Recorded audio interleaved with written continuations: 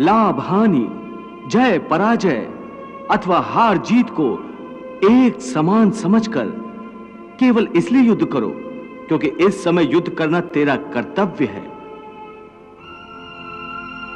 और यदि इस मानसिक वृत्ति से इसे अपना धर्म समझकर युद्ध करोगे तो तुम्हें उसका पाप नहीं लगेगा। ये क्या कह रहे हो केशव कि युद्ध करके पाप नहीं लगेगा? युद्ध में तो इतनी हिंसा होगी, लाखों प्राणियों की हत्या होगी, फिर मनुष्य उसके पाप से कैसे बचेगा? यदि कोई भी कार्य निष्काम कर्म योग की रीत से किया जाए तो ना उसका पाप लगता है और ना उसका पुण्य मिलता है। निष्काम कर्मयोग? हाँ, निष्काम कर्मयोग। ये कौन सा योग है माधव जो मनुष्य को पाप और पुण्य दोनों से मुक्त कर देता है? ये एक गूढ़ विद्या है पार्थ।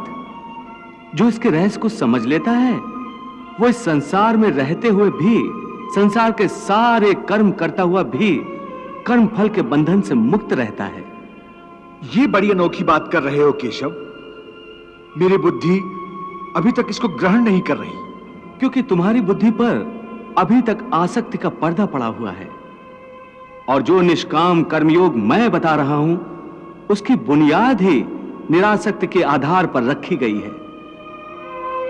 हे अर्जुन, इस निरासक्ति योग को समझ लोगे तो तुम्हारे जीवन में पूर्ण शांति आ जाएगी।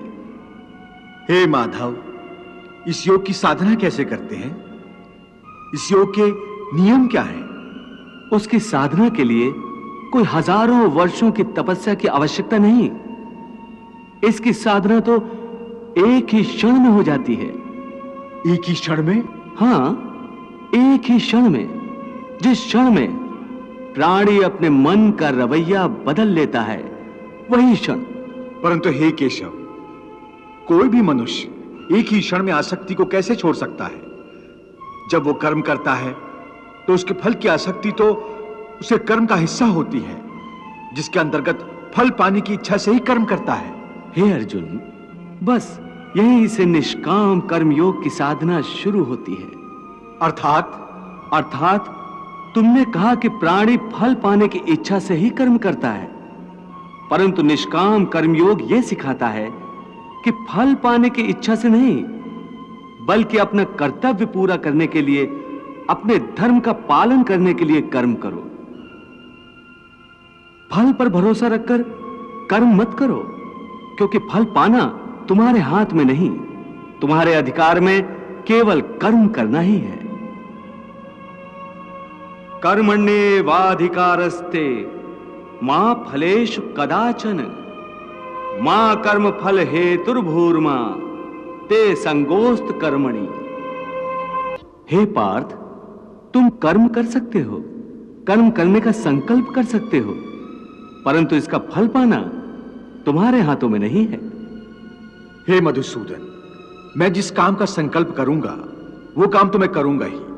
जब भोजन करने का निश्चय करके बैठूंगा तो निवाला उठाकर मुंह में रखूंगा ही, तभी तो उसे खाऊंगा।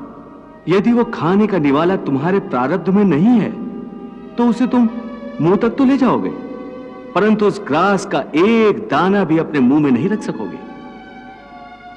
हे अर्जुन, केवल कर्म का संकल्प ही प्राणी के अधिकार में है, उसका फल प्राणी के अधिकार में नहीं है। वो कैसे? मैं बताता हूं कैसे। पार्थ, तनिक उस दृश्य की कल्पना कि नगर धनवान के सामने बड़े स्वादिष्ट भोजन की थाली परोसी गई है। थाली सोने की है, गर्मा गर्म व्यंजन भरे हुए हैं, जिन्हें देखकर वो बहुत प्रसन्न हो रहा है।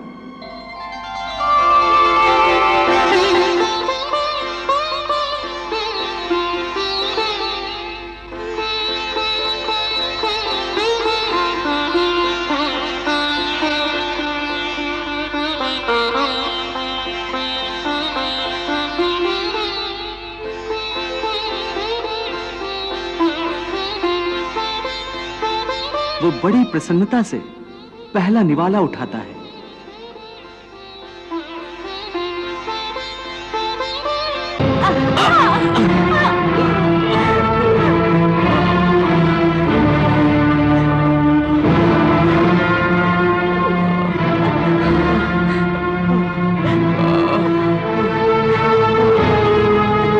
देख लिया कि प्रारब्ध में न हो तो मुंह तक पहुंचकर भी निवाला छिन जाता है।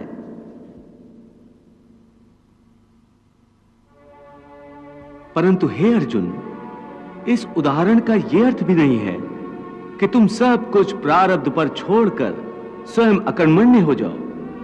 याद रखो, मैंने कहा है, मां कर्म फल हेतुर्भु माते संगोस्तु कर्मणि।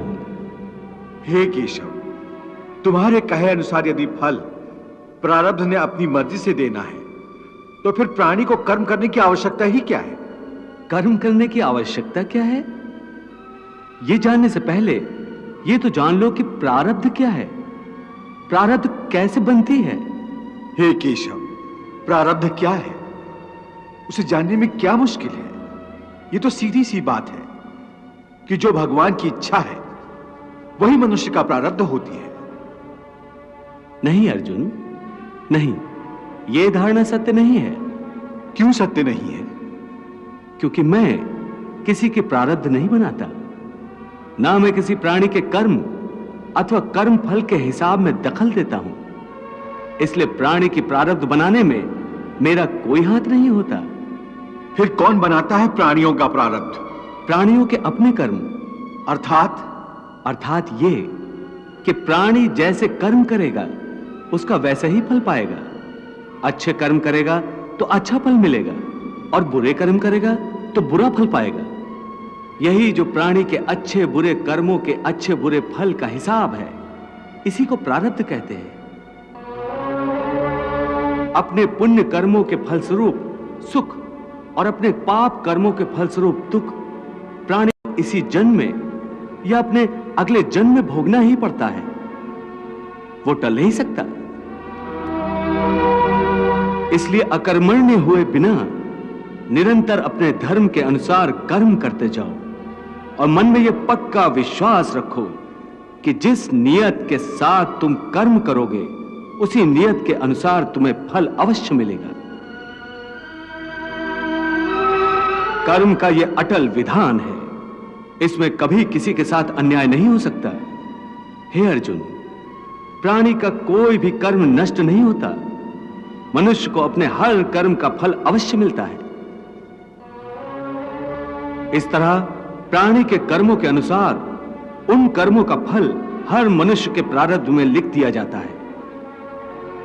इसी कारण हर जन्म में मनुष्य अपने ही कर्मों के बंधनों में बंध जाता है। इसी कर्म के बंधन में बंध जाने के कारण मनुष्य आवागमन अर्थात जन्म जन्मांतर के चक्रव्यूह में फंसा रहता है और उसे मोक्ष प्राप्त नहीं हो पाता। कर्म के बंधन से आवागमन या जन्म जन्मांतर का क्या संबंध है? मनुष्य अपने एक जन्म में जो कर्म करता है उन कर्मों के फल के रूप में पाप और पुण्य दोनों ही होते हैं। कभी पाप अधिक होते हैं तो कभी पुण्य। दोनों का दुख सुख भोगते हुए मनुष्य अपने नए जीवन में जो कर्म करता है उनका हिसाब पाप पुण्य के खाते में नए सिरे से लिख दिया जाता है। इस तरह इन नए कर्मों को भोगने के लिए एक और नया जन्म लेता है और जन्म जन्मांतर का यह सिलसिला लगातार चलता रहता है और मनुष्य की आत्मा का अपने परमात्मा से मिलन नहीं होता, जिसे मोक्ष कहते हैं। हे कृष्ण, इसका अर्थ तो यह हुआ कि मोक्ष प्राप्त करने के लिए मनुष्य को पाप और पुण्य से बचने के लिए कोई कर्म ही नहीं करना चाहिए, सारे कर्मों का त्याग करके सन्यासी बन जाना चाहिए। कोई भी मनुष्य अकर्मण्य नहीं हो सकता, कर्म तो उसे हर स्थिति में करना पड़ता है। परंतु सन्यासी तो कर्म का त्याग तो करते ही हैं। हे पार्थ, सन्यासी भी कर्मों का त्याग नहीं करते, न ही कर सकते हैं। मैंने पहले ही कहा था कि सन्यासी भी कर्म करते हैं। खाना पीना, उठना बैठना, तपस्या करना, साधना करना, ये सब भी तो कर्म ही है। कर्म से कोई कैसे मुक्त हो सकता है?